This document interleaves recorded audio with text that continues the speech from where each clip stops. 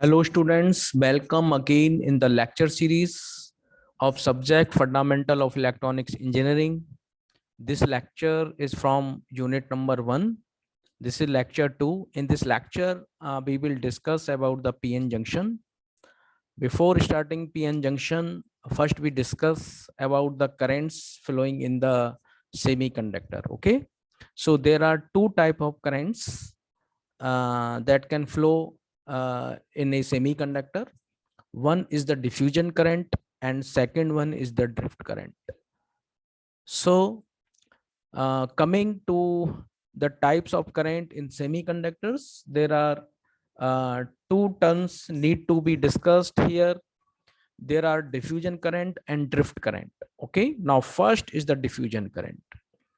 Diffusion current is basically is due to the carrier concentration difference in the semiconductor.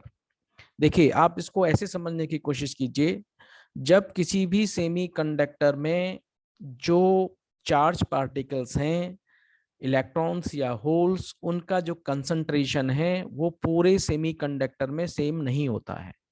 ठीक है, कहीं पे construction कुछ अलग होगी और कहीं पर कुछ अलग होगी।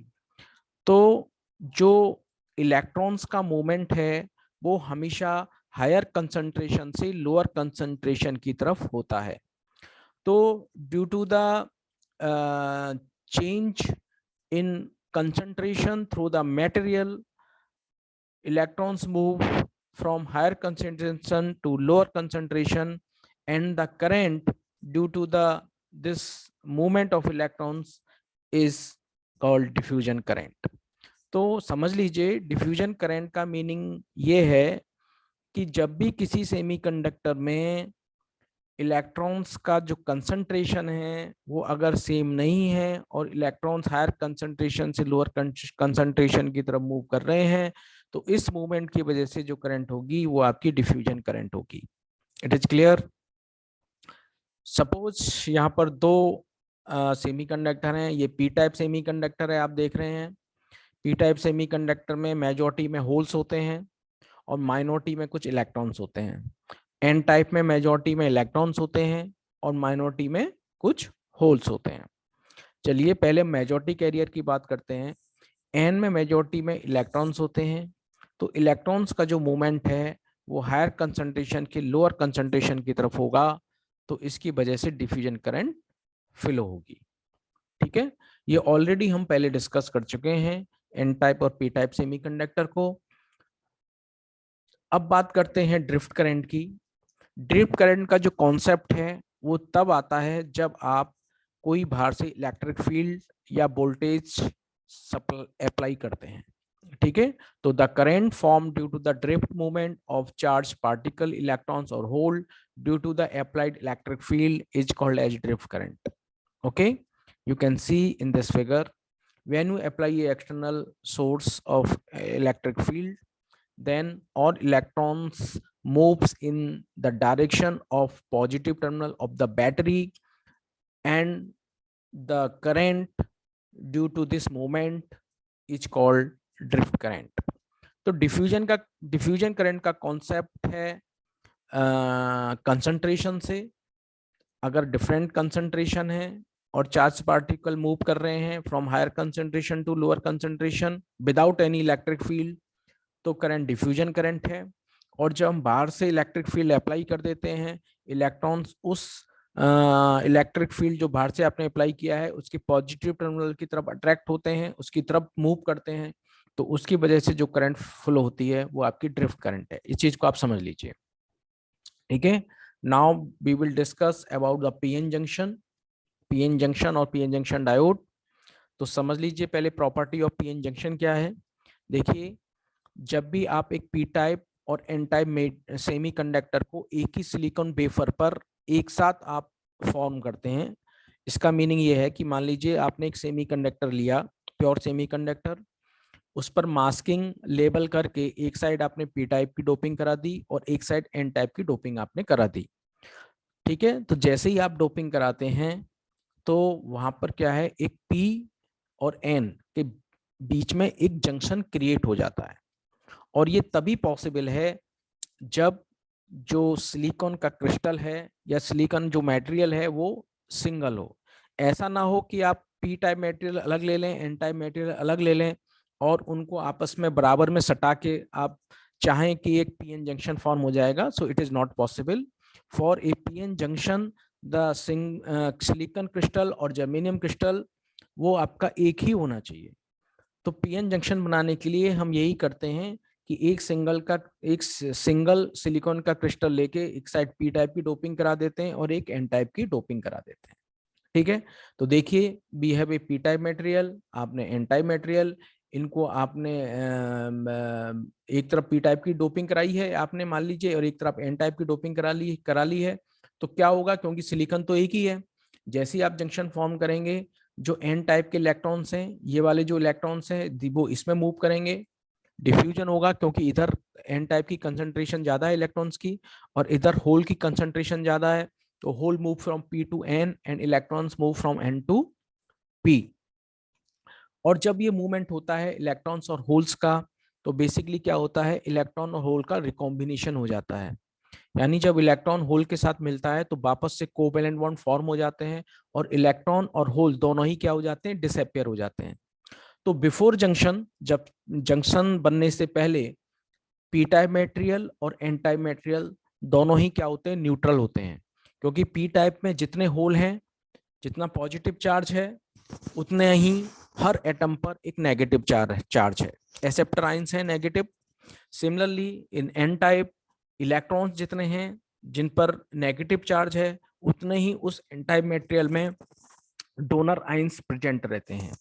ठीक है, तो इसलिए एन टाइप हो या पी टाइप मटेरियल हो, before making a junction both type of materials are neutral, but as soon as junction is formed, electrons from n side move into the p side and hole from p side to move in n side, right?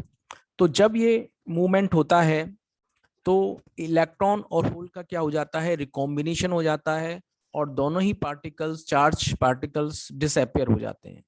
जब इसका मतलब ये हुआ कि N type में electrons की कमी आ जाती है और पी साइड में होल की कमी आ जाती है।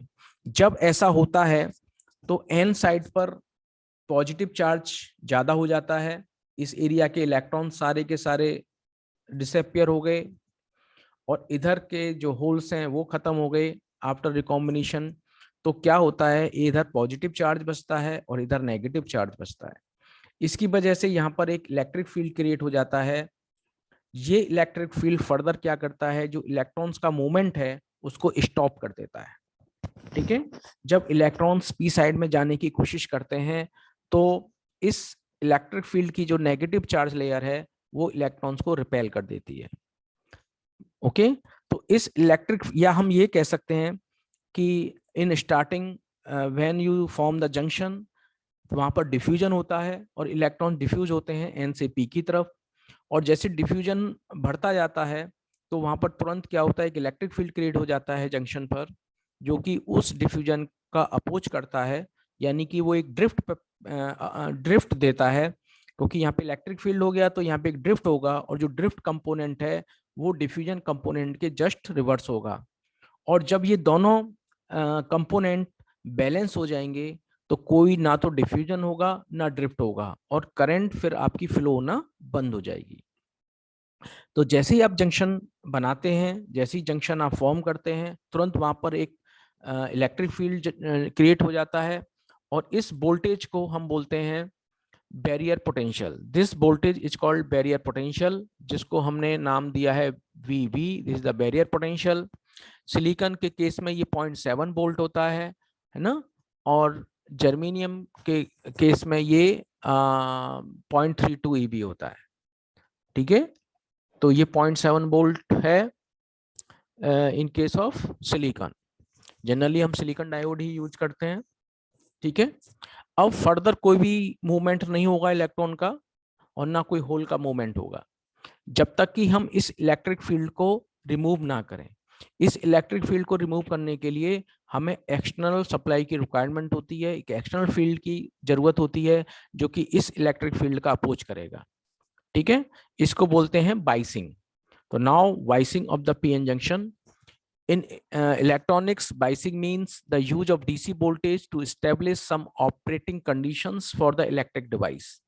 Biasing means if you connect a DC voltage supply with the component, it is called biasing. There are two type of biasing. One is the forward biasing, second one is the reverse biasing. In forward biasing, we connect positive terminal of the battery to the p type material and negative terminal of the battery to the n type material, है ना. When we connect a diode or in junction pn junction in forward biasing, then the battery negative terminal of the battery provides the electrons to the n materials, and जो कमी हो गई थी यहाँ पर electrons की उसको हमने यहाँ से पूरा कराएंगे, जिससे कि ये जो कमी थी जिसकी वजह से यहाँ पर पॉजिटिव चार्ज की लेयर बनी थी एन में, वो क्या हो जाएगी, रिमूव हो जाएगी. Similarly this positive terminal of the battery attracts some electrons from p, तो वहां पर होल्स क्रिएट हो जाएंगे. तो इसका मतलब पॉजिटिव टर्मिनल होल प्रोवाइड कराएगा, नेगेटिव टर्मिनल इलेक्ट्रॉन प्रोवाइड कराएगा. तो जो जंक्शन पर एक लेयर बनी थी और वो लेयर बनी थी due to the lack of electrons and holes, अब हम इस लैकिंग को पूरा करा देंगे. तो यहाँ पर ये जो डिप्लीशन लेयर है ये आपकी रिमूव हो जाएगी और ये इलेक्ट्रॉन्स फिर से डिफ्यूज होना स्टार्ट कर देंगे पी में, और इलेक्ट्रॉन्स जो है एन से पी में जाएंगे और पी से फिर अट्रैक्ट होके पॉजिटिव टर्मिनल की तरफ आ जाएंगे, और जितनी इलेक्ट्रॉन की कमी यहाँ पर आएगी एन में वो आपका नेगेटिव टर्मिनल प्रोवाइड कराता रहेगा.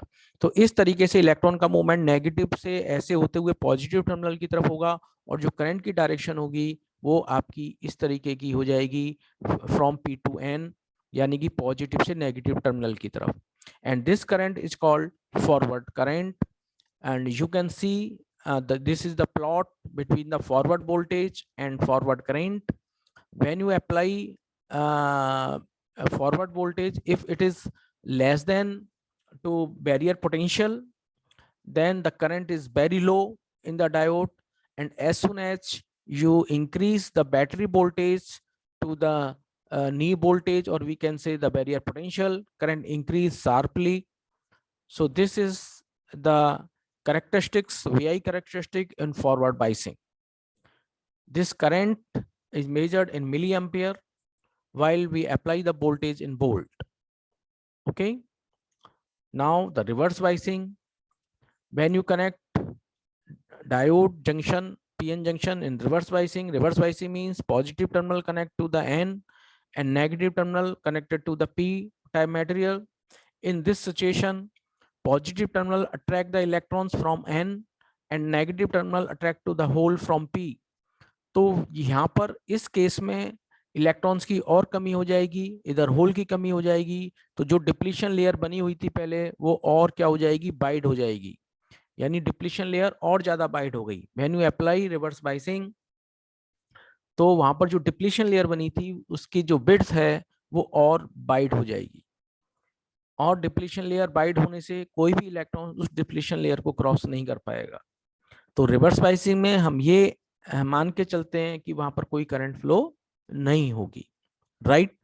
But if we talk reverse biasing on room temperature, then the electrons, minority electrons in p side and holes, minority holes in n side, they can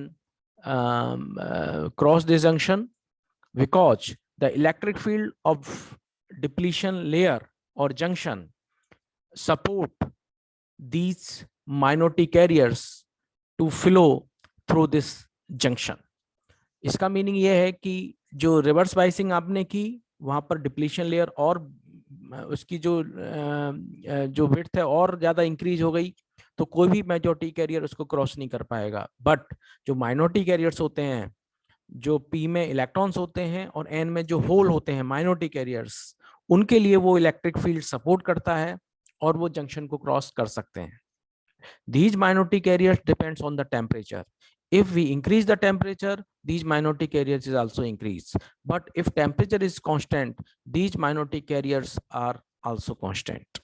So in reverse biasing, no majority carrier cross the junction, but minority carriers available in P or N can move through this junction, and a very small current in microampere flow in reverse biasing, which is shown in this graph, right?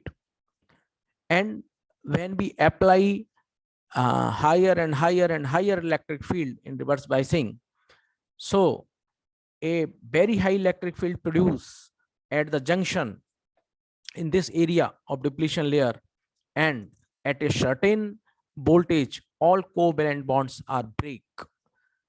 As soon as these covalent bond breaks, the number of electrons and holes appears in this area of depletion layer, and in this situation a very high current flow through this diode or this PN junction. This is shown by this graph.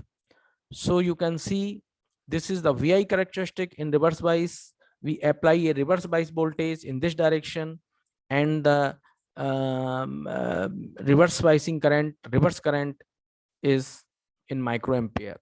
So in starting, when we apply a reverse bias voltage, a very small current flow, which depends on the minority carriers, and after a voltage called breakdown voltage or Zener breakdown voltage, the current increase sharply.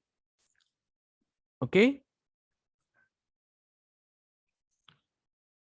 Okay, thank you.